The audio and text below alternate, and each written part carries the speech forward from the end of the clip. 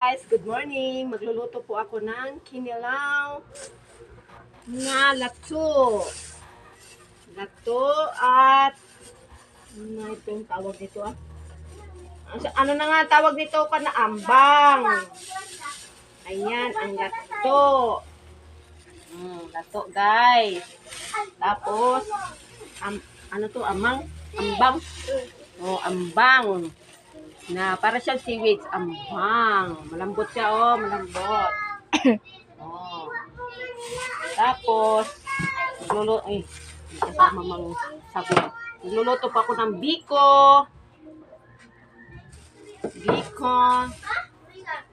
Sukan. Ano yun? Ito po yung kilugay. Wala po nito sa Pulilio. Dito lang sa Bisaya meron. Pampasarap. Tapos margarine. Tapos pasas. Yan. Niyog. 3 buong niyog. Binila na po yung kinayod. Tapos, ito po yung sa kinilaw, luya, sibuyas, bawang. Para po yan sa kinilaw. Tapos sa dessert, kaunti na lang nabilin.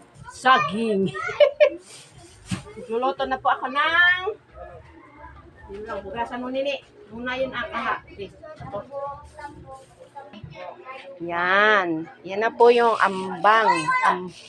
Ambang. Yan. Yan po ikikilawin. See, and the look. Kikilawin po siya. Tapos ito po yung latu. Isang baso po niya, 50 pesos. Yan, latu. Tapos yan po yung sibuyas dahonan, na sibuyas bombay, luya, bawang, para po sa kinilaw. Tapos yan po yung dessert, saging na malaki. Yan. Tapos ito naman po yung sabi ko. Niyog, ginayo, binili ko po siya ay kayod na sa merkado. Merkado ng bayan ng Isabel. Tapos kilugay. Tapos ay asukal, condensed, tapos ay pasas. Nalagay. Yan po yung lulutuin ko po kasi ay special na biko.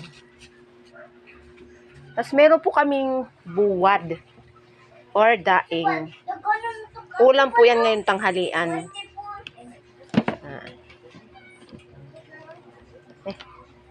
Sige po guys, magluluto po ako.